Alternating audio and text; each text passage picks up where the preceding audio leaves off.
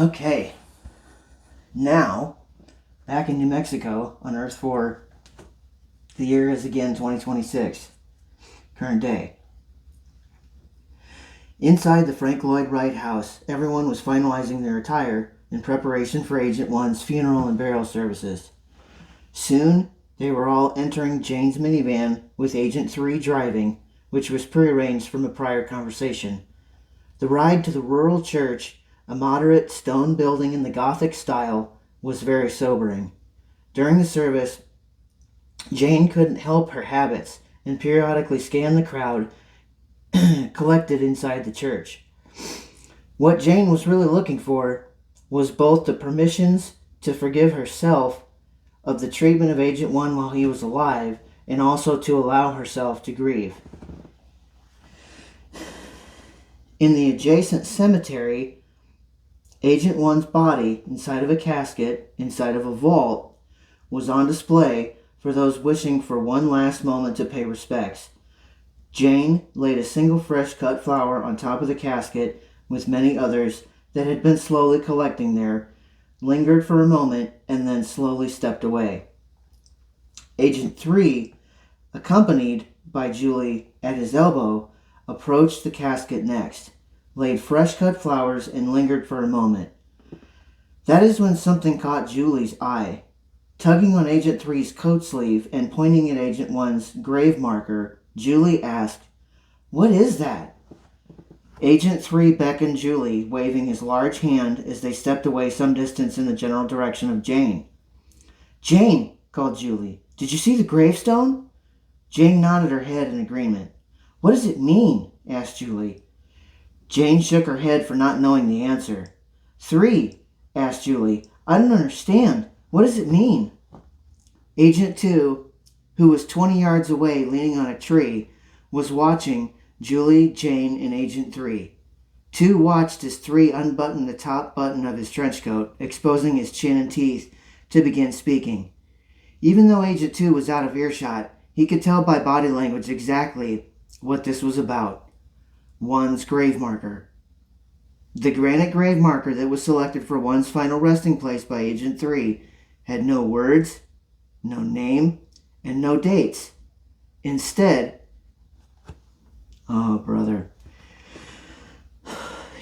carved into the highly polished face of the granite marker was a simple yet elegant sailboat.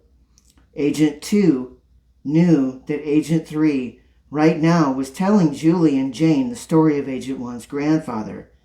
Agent 1's father was a very proud, difficult, and personally wounded man who caused canyons inside of 1 as a boy that were later only filled with doubt and heavy sorrows. The grandfather taught 1 how to whistle a song called The Little Sailboat.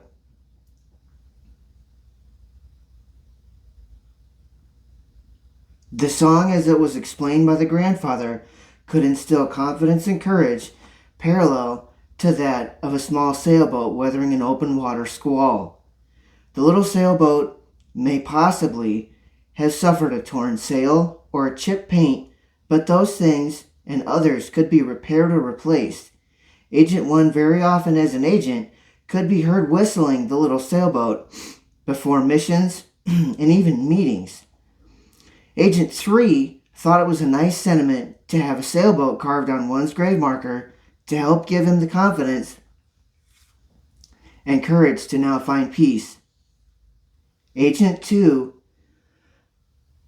now observed as Jane doubled over and landed in the grass, uncontrollably sobbing.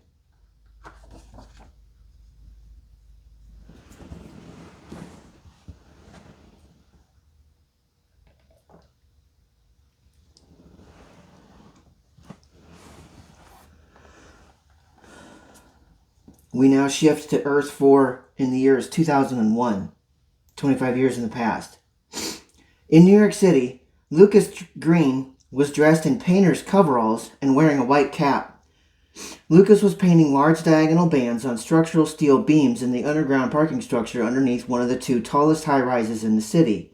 Lucas was painting with his proprietary thermitic compounded paint. Just then, two of New York City's finest approached Lucas, trying to force him to stop painting. Lucas's one eyebrow raised in a perfectly raspy New York accent. Lucas began hollering at the officers. "Hey, look!" shouted Lucas Green. "Mr. Dicasian told me to paint the parking garage, so I do what Mr. Dicasian says." The officers started asking for permits, to which Lucas replied, "If you slow me down, I'm going to have to tell Mr. Dicasian, and his cousin is your captain. Am I wrong? Am I wrong?" The officers told Lucas to be careful and have a nice day. Lucas muttered under his breath, "These fucking guys."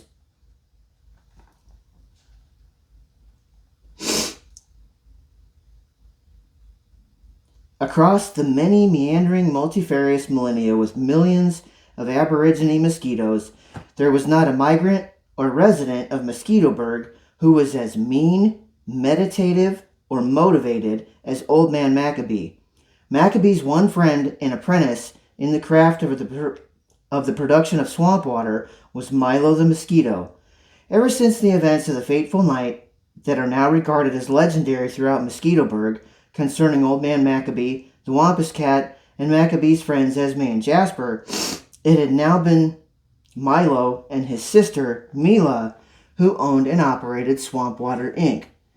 Once a year in the summer, on the anniversary of the new moon of the last Wampus Cat sighting and chain of events that followed, Milo and Mila hosted a Swampwater festival on Old Man Maccabee's property south of Mosquitoburg.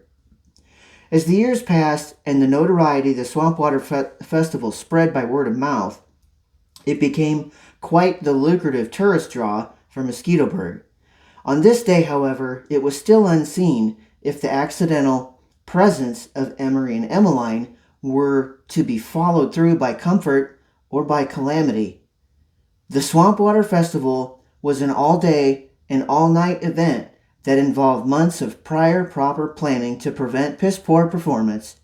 Indeed, the festival involved the entirety of Mosquitoburg, rural swampland, and Old Man Maccabee's property, which had the second largest distillery in the galaxy. Milo and Mila ran Swampwater Inc. and hosted the annual Swampwater Festival in strict accordance to Old Man Maccabee's fervent traditionalist ideals. "A good thing ain't worth messin'," was often quoted from the Old Man Maccabee himself, as often as there was mud on the ground in Mosquitoburg. The Swampwater Festival was very similar to any festival elsewhere in that there were vendors of all varieties, food to be readily nibbled on everywhere, attractions, child-friendly exhibitions hosted by Mosquitoburg Public Library, and the main attraction of the festival. Every year, Milo and Mila would leave out a large vat of swamp water on the northern edge of the Swamp Witch's fabled territory. These days, no one ever, for fear of death or acquired madness, ever ventured this far south. Local legend also says the archaic language of grown folks was now either forgotten or lost to time. Without that old language, it was said impossible to navigate the southernmost Great Icky Bog Swamp with its network of banyan trees acting as wise guardians. It is rumored that here in the darkest part of the Great Icky Bog Swamp is where the Wampus Cat had retreated all these years ago. Having finished his delicious yet diminutive breakfast at the Short Stack, Shadow Lucas, fully caffeinated, began strutting around downtown Mosquitoburg, taking in the sights of the festival. The Swampwater Festival had become such an interplanetary draw, and all of Mosquitoburg was grateful for the boost in tourism. Shadow Lucas soon spotted Agents M and M at a water gun shooting gallery. Frustrated from constantly losing, Emery returned the water gun, saying, "This is a total scam, bro."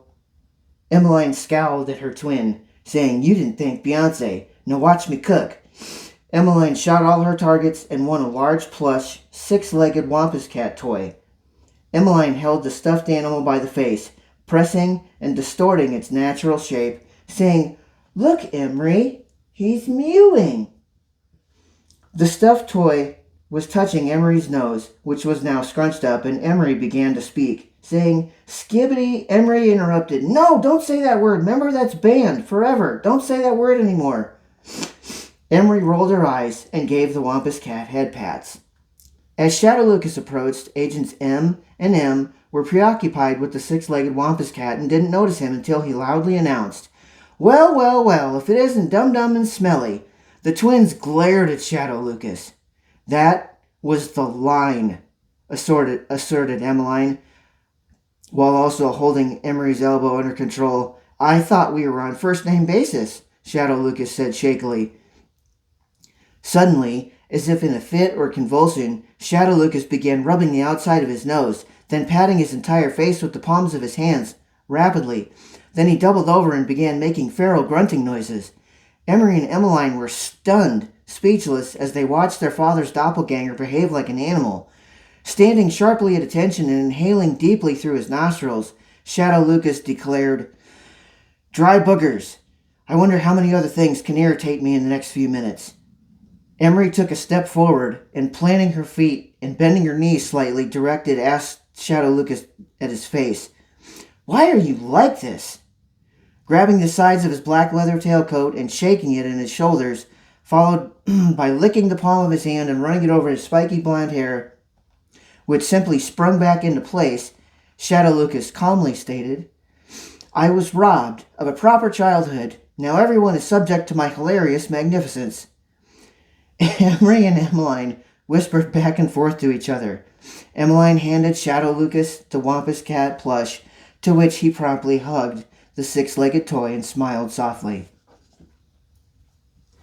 Somewhere, light years from anywhere, things were so calm that Amatista and Lulia, the twin sisters who survived for 4 millennia on Earth, had developed a sincere interest in the welfare and health of Emery and Emmeline, to the degree that they were often seen whispering at each other. Felicity and Felix, having noticed their aunt and mother's behavior, approached their father Doug and Uncle Mason, who were engaged in a game of hyperplane chess. Silently, the twins stood next to the hyperplane board, and presently the Mason and Doug looked at the youths.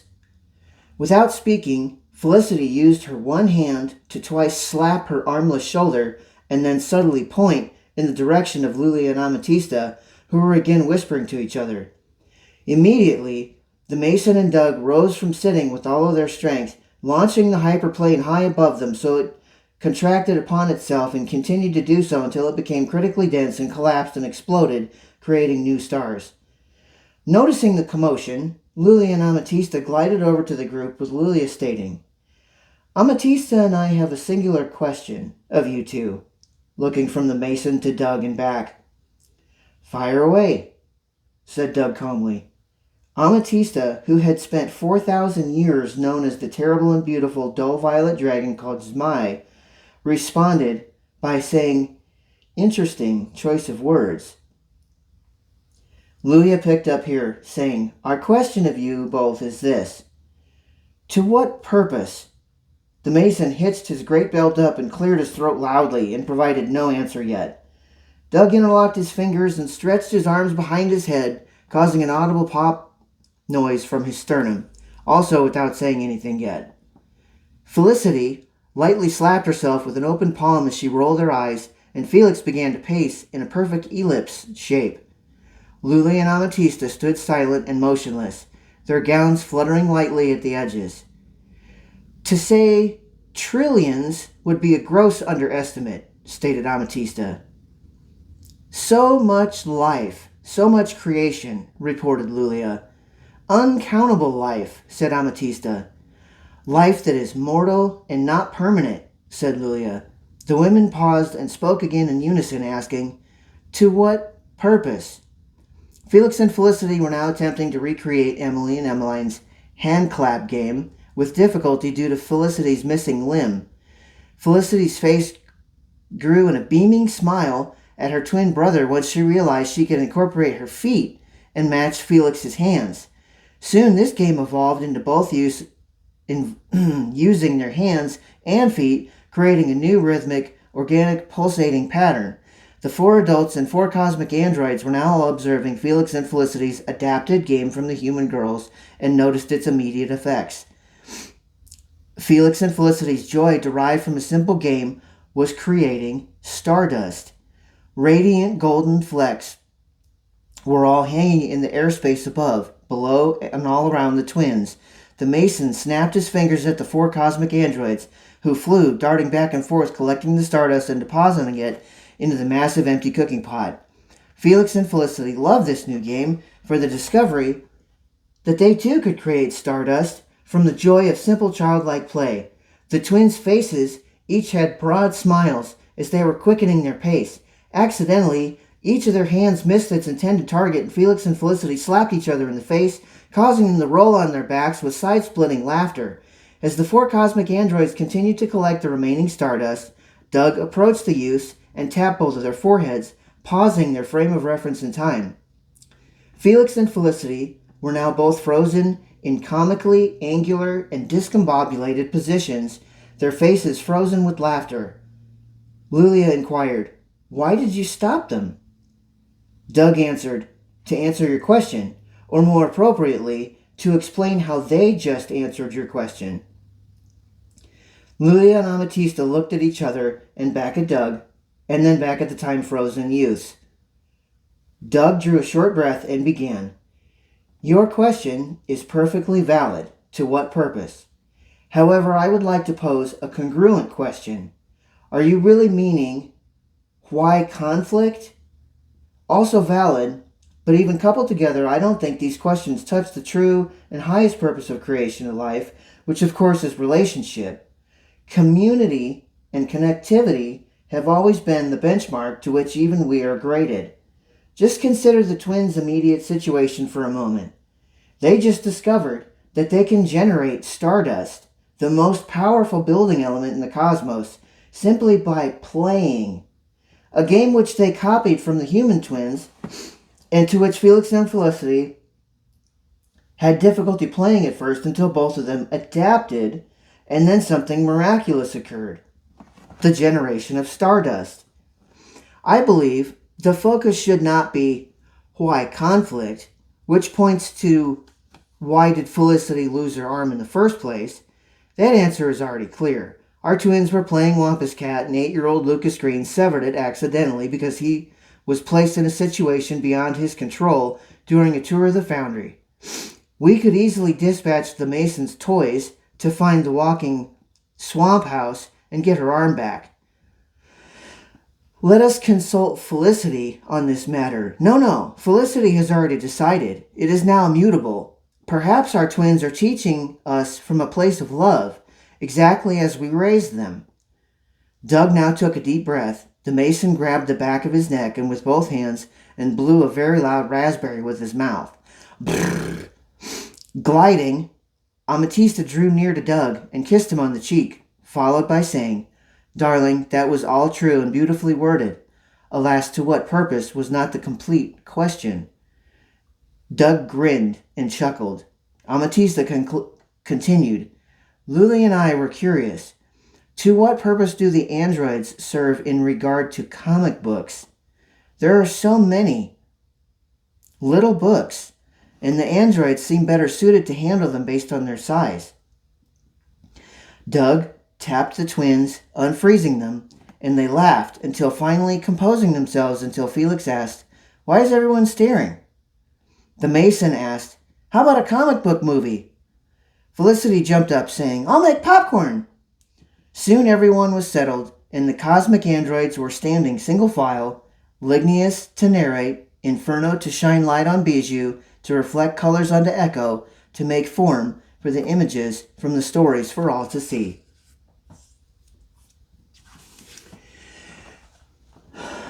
It was now that rare time of the early evening in Mosquitoburg, right before sunset, when rays of sunlight pierced every low edge of one's field of vision like golden spears of heavenly warriors. This low angle of sunlight made all of the mud in the vicinity look like calm ocean water. Milo and Milo were flitting around town, socializing, shaking hands, and kissing babies. The main event of the Swamp Water Festival, the Wampus Cat Hunt, did not begin until after dark, and as co-owners of Swamp Water Inc., any publicity was good publicity. Milo and Mila were nearing the end of their rounds, which was Mosquitoburg Public Library. For reasons immediately unknown, Milo decided to fly completely around the rear of the library before doubling back, and Mila followed him. Lagging slightly behind Milo, Mila turned the corner of the library and saw her brother hovering in place, staring at a very large object. As Mila flew even with Milo, she watched him staring at this huge object. Finally, Milo spoke softly. "My Pearl, you are as beautiful as the day I lost you."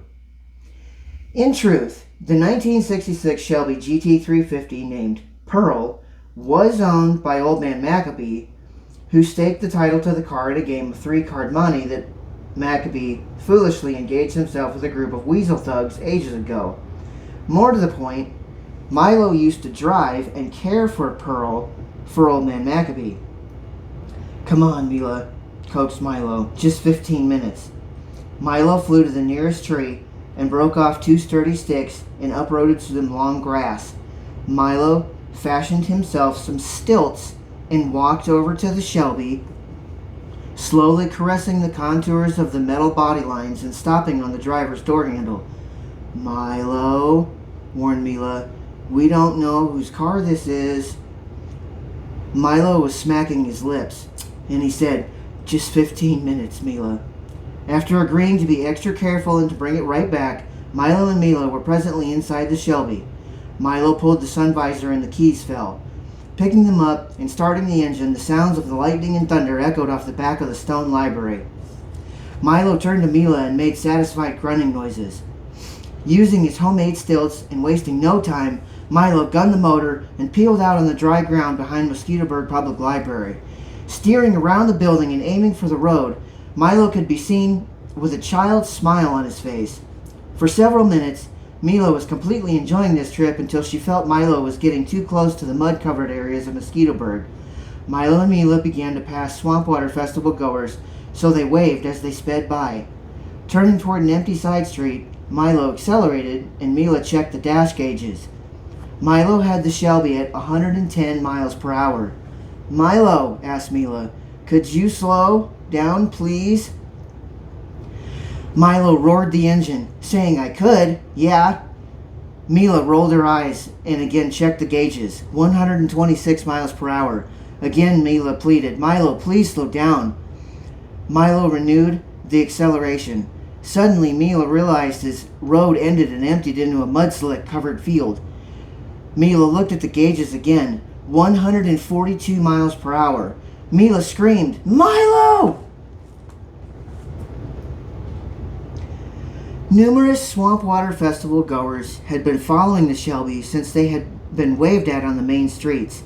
Currently, hundreds of onlookers were now gathered at the edge of the mudslick field, watching nothing short of performance art. At the end of the road, right at the edge of the mudslick field, Milo serendipitously let off the gas, pulled the emergency brake, and locked out the steering wheel. Just then, all 4 tires made contact with the nearly tractionless field. Each tire, in conjunction with the Shelby's body contours, created large sprays of mud, some of which looked like oversized rooster tails. Long golden spears of sunlight broke out of the forest way back in the horizon. Aerial puddles and droplets of thin mud were silhouetted for the onlookers who were all cheering, many of whom were already going hoarse. Milo made the beautiful mud machine move as if dancing. Mud spray formations rose and fell as if they were coming from an ornate marble fountain. The sun was setting now, and Milo switched on the headlights. Even through the caked mud, the lights shone brightly. With the rapidly decreasing natural light, together the naturally full, mean sound of the engine and the exhaust, dozens of onlookers made comments that the Shelby resembled the Wampus Cat itself.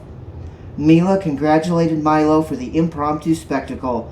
Any publicity was good publicity, after all. Milo slowly drove back to the road and quickly found volunteers to help clean the Shelby, which was then taken back behind the library.